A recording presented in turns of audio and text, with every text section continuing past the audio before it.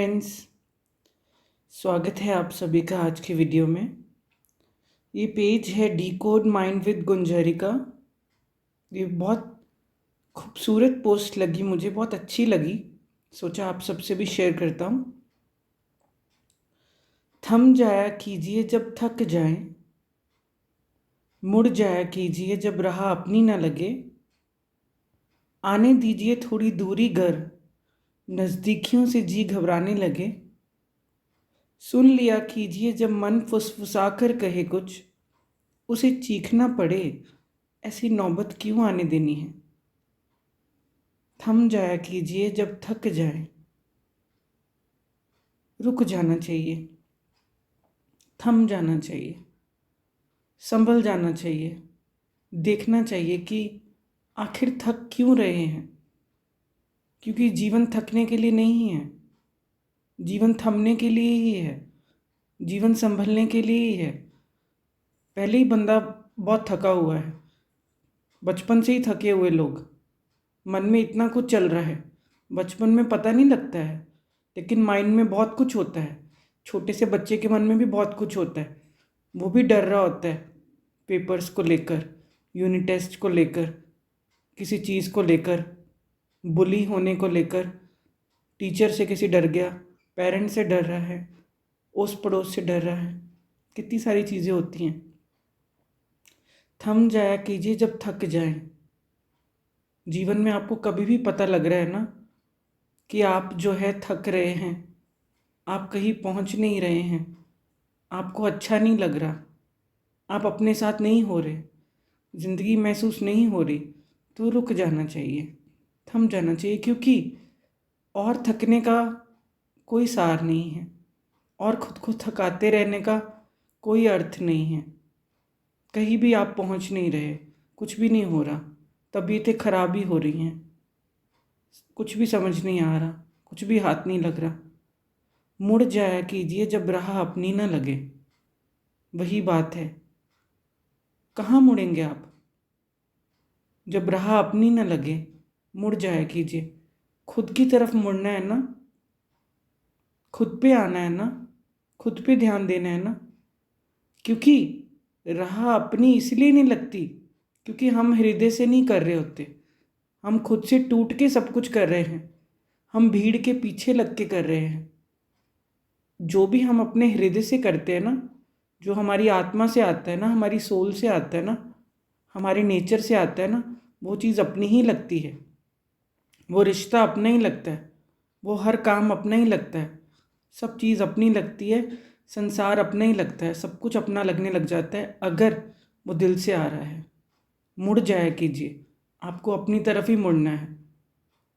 थमेंगे तो आप देख पाएंगे कि मैं खुद से ही टूटा हुआ था, मैं खुद को ही नहीं समय दे रहा था, मैं खुद को ही नहीं समझ रहा था, मुझे राह समझ ही नहीं आ रही थी, अपनी ओर ही आना था, अपने पे ही आना था, इसीलिए थक रहा था, खुद से दूर जा रहा था, खुद को समय नहीं दे रहा था, खुद को नहीं देख रहा था, अपने आप को ही भूला हुआ था, अपने नेचर से ही दूर जा रहा था, भोलेपन को ही खो दिया था, मासूमियत को खो दिया था, चल पड़ा था पीछे और लोगों के लग के देखा देखी में, कंपैरिजन में।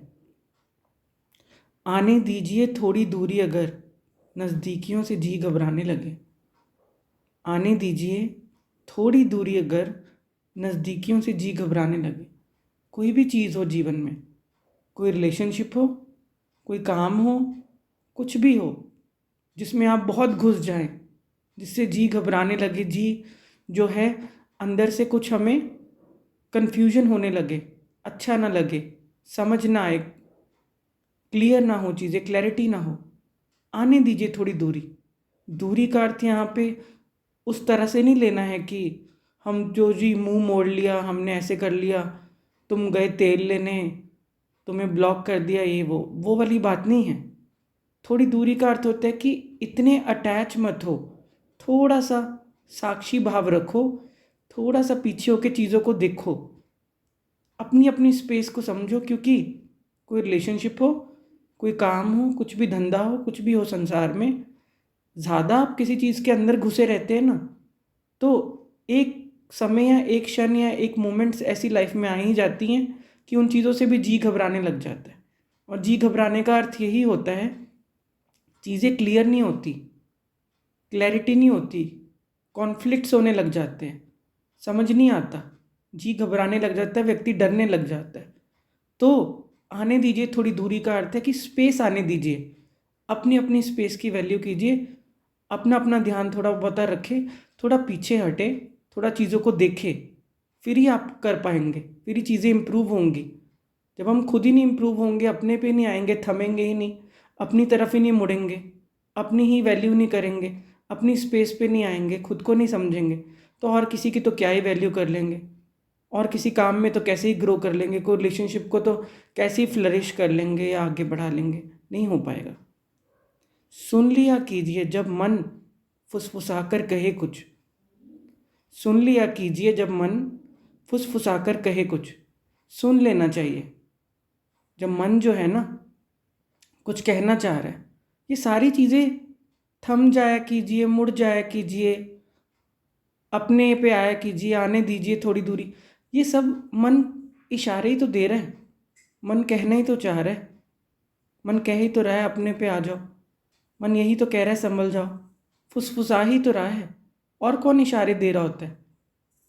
ये सब चीज़ें सिंबल ही तो हैं, ये सब चीज़ें समझा तो रही हैं कि आप थक रहे हो, खुद से दूर जा रहे हो, खुद को नहीं आ रहे हो, अच्छा नहीं लग रहा कुछ, मन जो है घबरा रहा है, समझ कुछ नहीं आ रहा है, क्या ही हम कर रहे हैं। लोगों के पीछे लग के कोई वो वाला एग्ज़ाम देने लगा हुआ है, कोई किधर जॉब के लिए लगा हुआ है, कोई किधर शादियों का करने लगा हुआ है, कोई किधर बच्चों को करने लगा हुआ है। अपने पे आके कुछ अपने पे आए बिना कभी नहीं कुछ भी पता लगता। सुन लिया कीजिए जब मन फुसफुसाए कुछ। अपने मन का ही नहीं सुनेंगे तो क्या करेंगे, अपने मन को मनमीत नहीं बनाएंगे तो क्या करेंगे, अपना ही नहीं सुनेंगे। मन का अर्थ यहाँ पे दिमाग से नहीं है, मन का अर्थ यहाँ पे अपनी आत्मा की पुकार सुनना, क्योंकि आपकी आत्मा ही आपको सही गाइड करती है। आपकी कॉन्शियस जो होती है वही आपको इंट्यूशन दे रही होती है, चिता रही होती है, गाइड कर रही होती है, महसूस करा रही होती है, चाहती है कि आप संभल जाओ, चाहती है कि आप अवेयर हो जाओ, चाहती है कि आप रियलाइज़ करो इस खेल को, इस ज़िंदगी को, महसूस करो, जागो, पहचानो। फुसफुसा रही होती है, आपके सामने ऐसी ऐसी चीज़ें बन के आने लग जाती हैं जो कि हमें इम्प्रूव करती हैं आगे बढ़ने में, और इस ज़िंदगी को समझने में, जीने में, ग्रो करने में हमें हेल्प करती हैं। तभी मन फुसा रहा होता है, उसको सुन लेना चाहिए, आत्मा की पुकार सुन लेनी चाहिए। पर आप सुनेंगे कैसे जब तक आप रुकेंगे नहीं। अगर आप इतनी सारी चीज़ों में पड़े हुए हैं तो कहाँ ही मन सुनने देता है, हम तो और ही और उल्टा करते जाते हैं, सुनते ही नहीं हैं, रुकते ही नहीं हैं। सबसे पहले ही पॉइंट है कि थम जाया कीजिए, थमेंगे नहीं तो नेक्स्ट चीज़ें तो हो ही नहीं पाएंगी। उसे चीखना पड़े ऐसी नौबत क्यों आने देनी है, चीखना पड़े ऐसी नौबत क्यों आने देनी है। चीखना पड़े का अर्थ है कि इतना अंदर क्योस हो जाए, इतनी दूरी हो जाए, क्योंकि कोई पास होता है तो थोड़ी ना कोई चीखना पड़ता है। अब मेरे साथ कोई बैठा है, अभी मैं कोई वीडियो चिल्ला चिल्ला के थोड़ी ना बोल रहा हूँ, आराम से बात कर रहा हूँ ना, फ़ोन मेरे सामने ही है।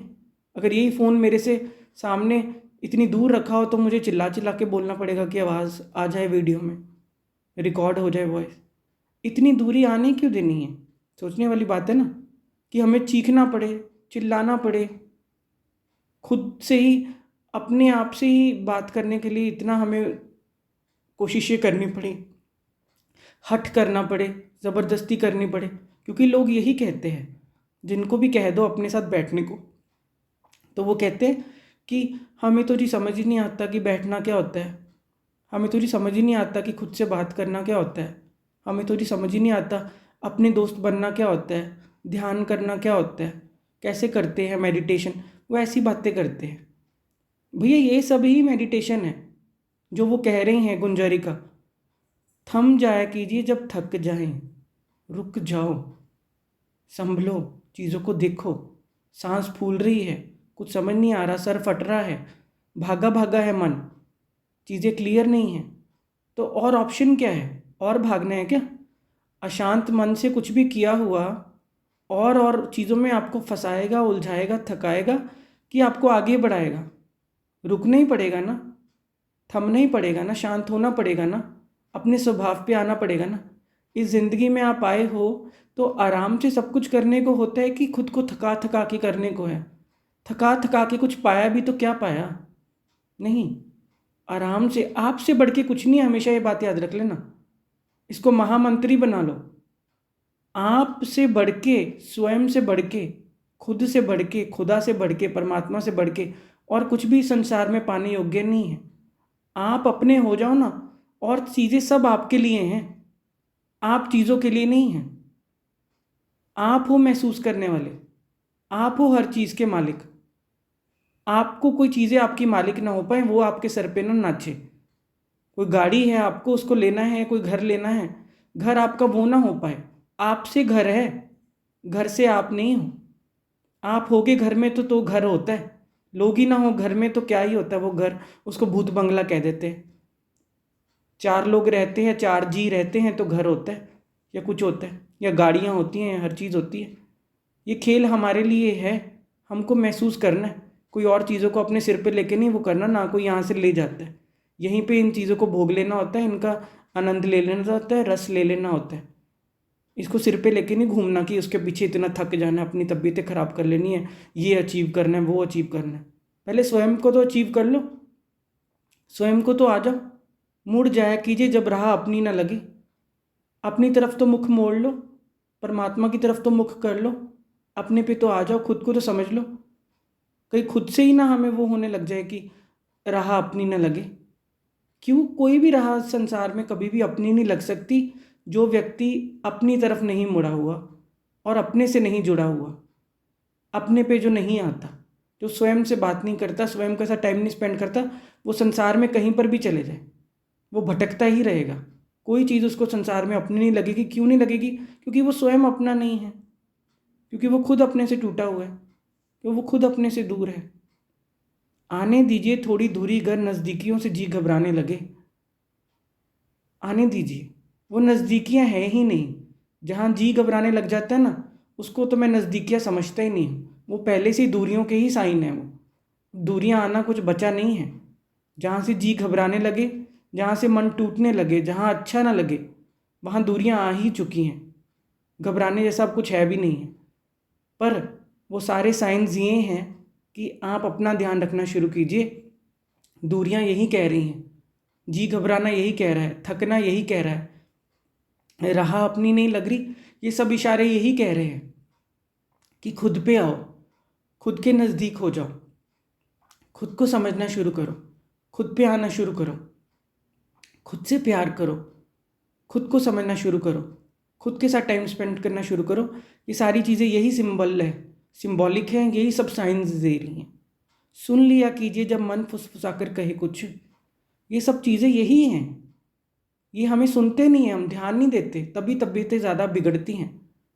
तभी लोग जो हैं सेकंड में जो है बेहोश होने लगते हैं, सेकंड में टेंशनें लेने लगते हैं, सेकंड में स्ट्रेस लेने लगते हैं, एंग्जाइटियाँ होने लग जाती है, डिप्रेशन में जाते हैं, सुसाइडल रेट्स इतने बढ़ रहे हैं क्योंकि वो सुनते नहीं हैं, बस चले रहते हैं ऐसे ही। जो चीज़ें खुद से और दूर करती हैं, थकाती हैं, बीमार करती हैं, तबीयतें खराब करती हैं, नुकसान करती हैं, उनके पीछे लग के और दूर रहे भागते रहते हैं।